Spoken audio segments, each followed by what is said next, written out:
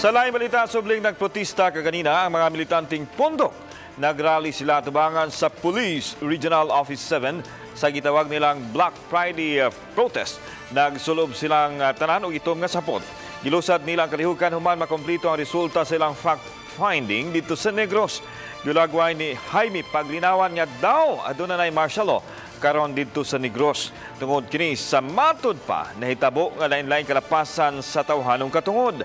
Nagpahigayon sab sila og noise barrage sa managlahi nilang gipanawagan.